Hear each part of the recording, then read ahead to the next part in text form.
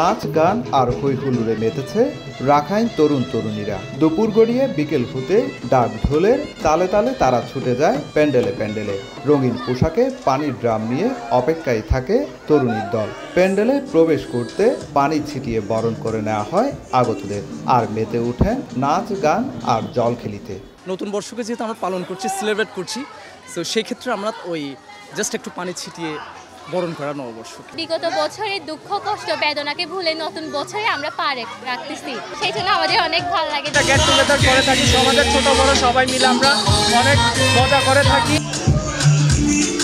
পুরনো বছরকে বিদায় ও নতুন বছরকে বরণ করে নিতে রাখাইন সম্প্রদায়ের মানুষ পহেলা বৈশাখ থেকে 7 দিন ব্যাপী কর্মসূচি পালন করে থাকে। এর মধ্যে 17 এপ্রিল থেকে 19 এপ্রিল পর্যন্ত 3 দিন ব্যাপী চলে সাংগ্রে পুয়ে বা জলখেলি উৎসব। 1, 2, 3 ঢাকায় জমি জিতে নিন 100% ক্যাশব্যাক সহ 20 কোটি টাকার পুরস্কার।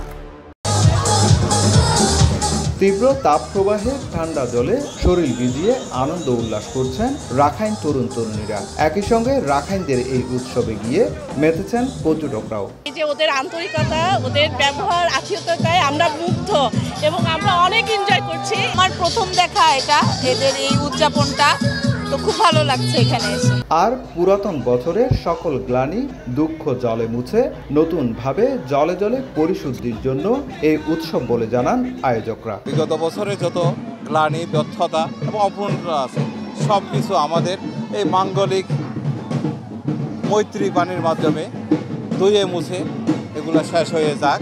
এবার কক্সবাজার শহরের রাখাইন পল্লীতে 11টি প্যান্ডেল তৈরি হয়েছে। সার্বিক নিরাপত্তার মধ্যে 3 দিন উৎসব চলবে। সুজাউদ্দিন রুবেল, সময় সংবাদ, কক্সবাজার।